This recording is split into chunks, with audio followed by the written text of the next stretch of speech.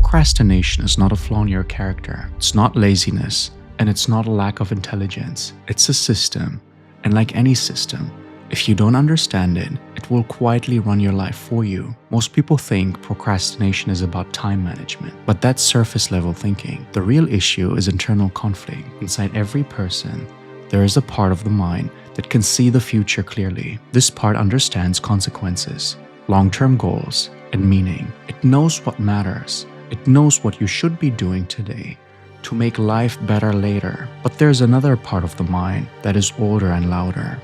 This part lives entirely in the present moment, doesn't care about next year, next month, or even tomorrow. It only cares about what feels easy and enjoyable right now. Comfort, entertainment, relief. When those two parts agree, life feels balanced, rest makes sense, leisure is earned, pleasure feels good. But when they disagree, procrastination begins. The rational part says, this matters, do it now. The instinctive part says, this is uncomfortable, avoid it. And avoidance usually wins, not because it's correct, but because it's immediate. That's how people end up busy but stuck. They're always doing something, but rarely the thing that actually moves their life forward. They scroll, check, reorganize, plan, consume, distract. From the outside, it looks like activity. From the inside, it feels like pressure.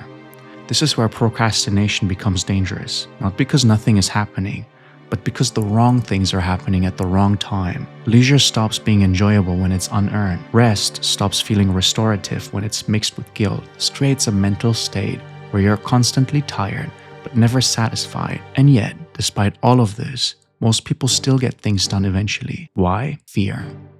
When consequences become unavoidable, the system changes. Deadlines approach, stakes rise, embarrassment, loss or failure becomes real. At that point, fear steps in and overrides avoidance. Focus suddenly appears. Energy spikes. Action happens. This is why procrastination often seems functional. The work gets done in the end. But this only works in situations with clear deadlines, school assignments, exams, work deliverables, anything with an external consequence attached to a specific date. Fear acts as a temporary fix. The problem is that most of life doesn't work this way. The most important things in life have no deadlines. Your health doesn't come with a due date. Your relationships don't have a submission deadline. Building a meaningful career, developing skills, starting a business, creating something of value, changing direction, or becoming who you want to be. None of these trigger immediate consequences if ignored. And because there is no deadline, fear never arrives. The system stays broken. Avoidance becomes the default. This is long-term procrastination, and it's far more destructive than last-minute cramming. It doesn't create dramatic failures. It creates slow decay.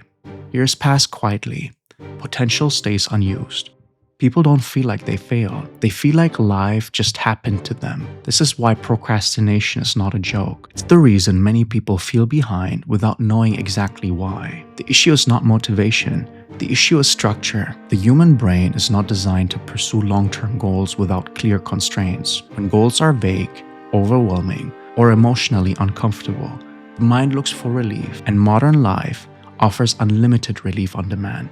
Easy dopamine is everywhere. It makes avoidance effortless. So the solution is not more discipline. Discipline alone is fragile. It breaks under stress. The solution is awareness and systems. The first step is noticing avoidance when it happens, not judging it, just recognizing it. Procrastination is a signal. It usually means the task feels unclear, too large, or emotionally threatening. The second step is turning abstract goals into concrete actions. Someday is the most dangerous word in the language. It gives the mind permission to delay forever. Clear actions reduce friction. Small steps lower resistance. The third step is creating artificial deadlines for things that matter. Life does not naturally pressure you to become who you want to be. That pressure has to be designed. Deadlines don't exist to create stress. They exist to create movement. The fourth step is starting smaller than feels impressive. Procrastination thrives on scale. Big goals trigger fear and avoidance. Small actions feel safe enough to begin. Momentum is built through consistency, not intensity. Once movement starts, confidence follows. Confidence is not a prerequisite for action. It is a result of action. Time is limited, even if it doesn't feel urgent day to day. When life is viewed as an endless future, procrastination feels harmless. When life is viewed as a finite number of weeks, priorities change. The danger of procrastination is not missing a deadline, it's letting comfort quietly replace meaning. Deadlines can save you in the short term, but they cannot build a life. Only deliberate structure can do that. The goal is not to eliminate procrastination entirely. The goal is to stop letting it make your biggest decisions for you. That starts by acting before fear is forced to intervene and choosing progress deliberately, even when it's uncomfortable.